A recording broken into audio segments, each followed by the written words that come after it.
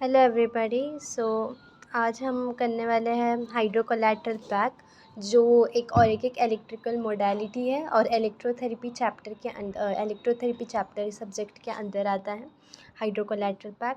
So let's starting with it. Hydrocollateral pack हमें सब acute और क्रोनिक कंडीशंस में हम यूज़ करते हैं। ठीक है, सब एक्यूट और क्रोनिक कंडीशंस में हाइड्रोकोलैटरल पैक यूज़ करते हैं। What is its principle? It's a superficial moist heating modality.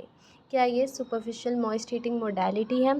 ठीक है। Hot pack immersed in an apparatus is called as hydrocollateral pack. एक अपैरेटस रहता है पर्टिकुलरली हमारा। फॉर एग्ज़ाम्पल, ये मेरा अपैरेटस है, एक पर्टिकुलर मशीन है, उसमें कैसा है ना, हॉट पैक इमर्स्ड रहते हैं। सब ऐसे मेरे हॉट पैक्स रहते हैं इमर्स्ड। ठीक है। वही वो बोल रहा है, hot pack immersed in the apparatus is called as hydrocollateral pack. यहाँ पर आप देख ही सकते हैं ये लाइन। फिर ये जो हमारा पर्टिकुलर पैक है, फॉर एग्जांपल ये पैक मैंने निकाला। अब ये पैक में क्या रहता है? ये पैक में इट कंटेन्स सिलिका और जेल विच एब्जॉर्ब्स हीट। इसके अंदर सिलिका और जेल रहता है जो क्या करता है?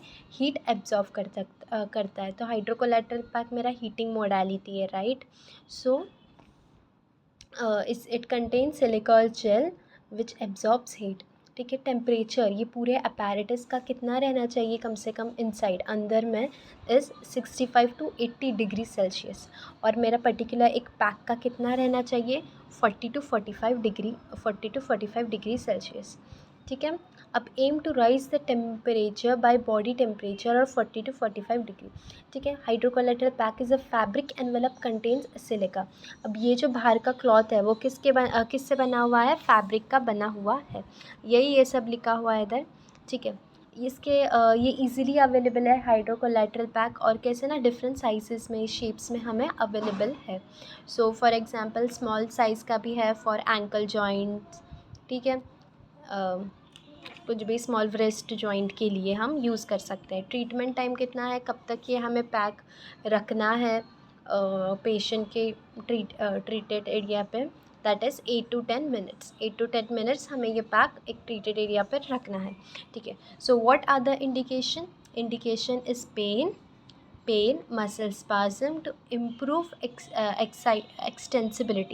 एक्सटेंसिबिलिटी इम्प्रूव करना एक पर्टिकुलर मसल की।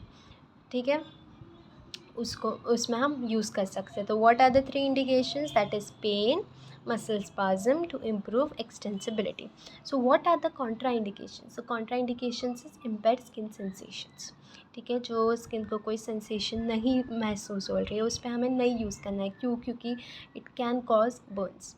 ओके, स्किन बर्न्स हो सकते हैं पेशेंट को अगर उसको कुछ फील ही नहीं हो रहा है तो। ठीक है। इम्पेयर्ड स्किन सेंसेशन पे यूज़ नहीं करना है, ओपन वूंड पे नहीं करना है, रिसेंट हेमोरेज पर नहीं करना है। ठीक है। स्किन एलर्जी, इम्पेयर्ड सर्कुलेशन पर नहीं करना है। What are its effects and uses? मैंने यहाँ पर शॉर्ट लिखा है, यहाँ पर और अच्छे से मैंने एक्सप्लेन किया है। लेट्स सी ऊपर का पार्ट।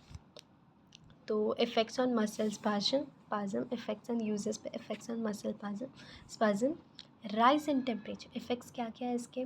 ठीक है। राइज इन टेम्परेचर होता है, it increases circulation and relieve spasm and pen.